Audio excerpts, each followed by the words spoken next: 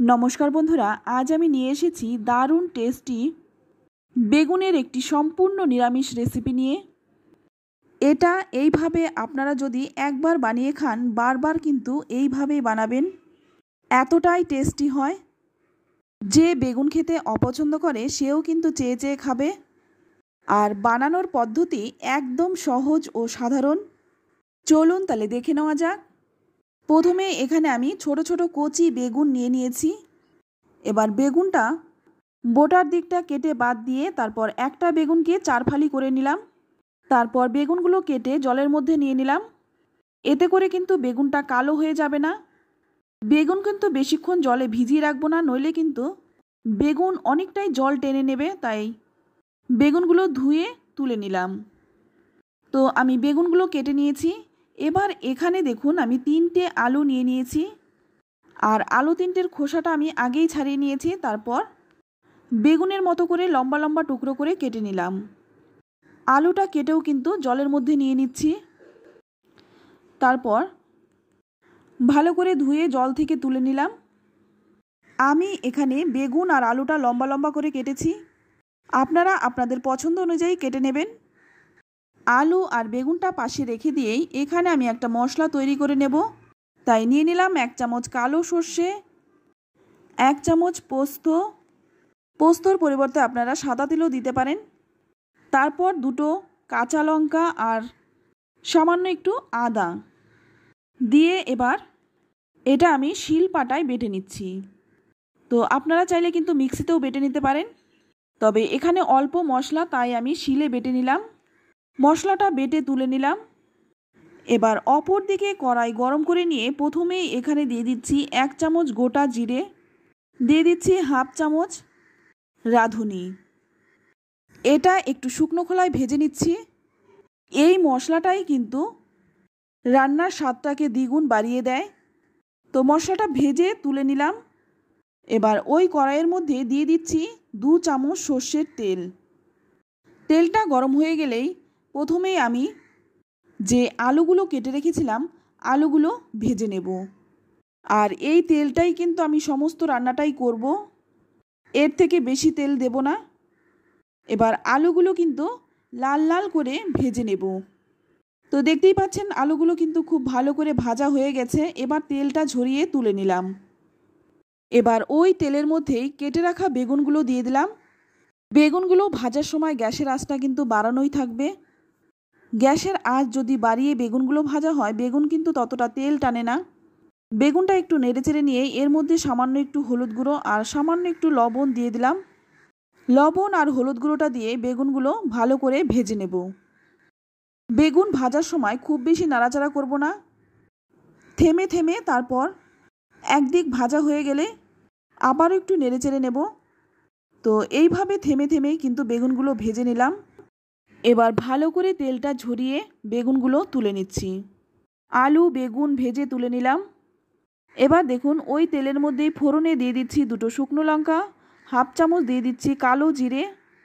ফোড়নটা একটু ভেজে নেব। কালো জিরে কিন্তু খুব বেশি ভাজার প্রয়োজন নেই। এবার এখানে দিয়ে দিলাম একটা টমেটো। টমেটোটা ভেজে নেব যতক্ষণ না টমেটোটা নরম হয়ে যাচ্ছে। তো এবার দেখুন টমেটোটা কিন্তু নরম হয়ে গেছে। এবার এর মধ্যে দিয়ে দিচ্ছি বেটে রাখা সর্ষে পোস্ত আর কাঁচা লঙ্কাটা। তারপর বাটিটা ধুয়ে সামান্য একটু জল দিয়ে দিলাম যাতে মশলাটা নষ্ট না হয়। এবার এর মধ্যে দিয়ে দিলাম 1 চামচ হলুদ গুঁড়ো। হলুদ গুঁড়োটা দিয়ে খুব ভালো করে মিশিয়ে নেব। তো খুব ভালো করে মিশিয়ে এবার এখানে দিয়ে দিচ্ছি স্বাদ মতো লবণ।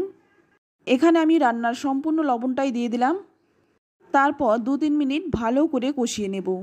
তো দেখুন মশলাটা ভালো করে কষানো হয়ে গেছে।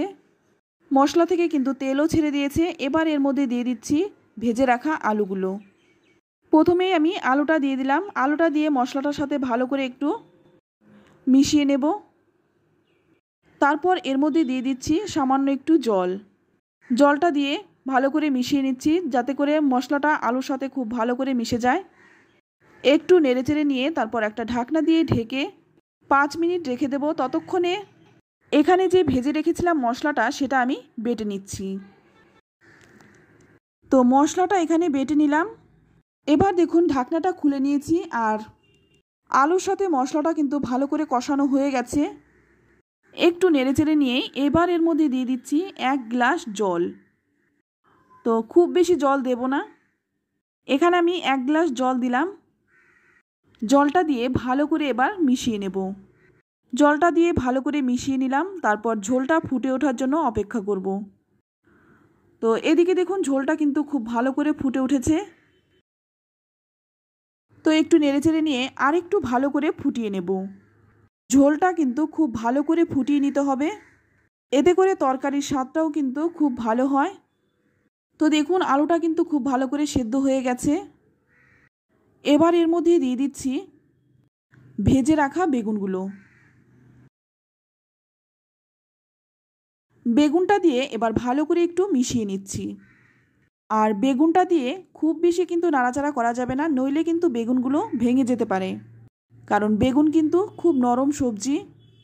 এবার এখানে দিয়ে দিচ্ছি সামান্য একটু চিনি, যাতে করে তরকারির স্বাদটা ব্যালেন্স হয়। তো চিনিটা দিয়ে ভালো করে একটু মিশিয়ে নিচ্ছি। এবার এখানে দিয়ে দেব বেটে রাখা মশলাটা।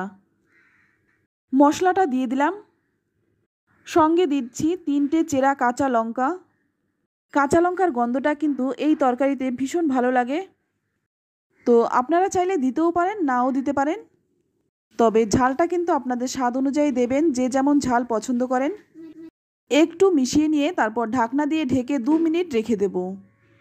2 মিনিট পর ঢাকনাটা খুলে নিলাম। এখন কিন্তু রান্নাটা একদম হয়ে গেছে। এবার হালকা হাতে একটু মিশিয়ে নিচ্ছি। খুব বেশি নাড়াচাড়া করা যাবে না, নইলে কিন্তু বেগুনগুলো একদম ঘেটে যাবে। তো দেখুন আলুটা কিন্তু খুব ভালো করে সেদ্ধ হয়ে গেছে। এবার নামানোর আগে দিয়ে দিচ্ছি 1 চামচ সর্ষের তেল। তো আপনারা কিন্তু এখানে কাঁচা সর্ষের তেল আর একটু ধনেপাতাও দিতে পারেন, তবে এই সময়ে আমার কাছে ধনেপাতাটা ছিল না, তাই দিলাম না। আপনারা কিন্তু দিতেই পারেন। তারপর একটা ঢাকনা দিয়ে স্ট্যান্ডিং টাইম রেখে নামিয়ে নেব। তো ঢাকনাটা খুলে নিলাম। এবার দেখুন নামিয়ে নিচ্ছি। বেগুনের এই অসাধারণ রেসিপিটা একবার বানালে বারবার কিন্তু খেতে মন চাইবে, এতটাই টেস্টি হয়।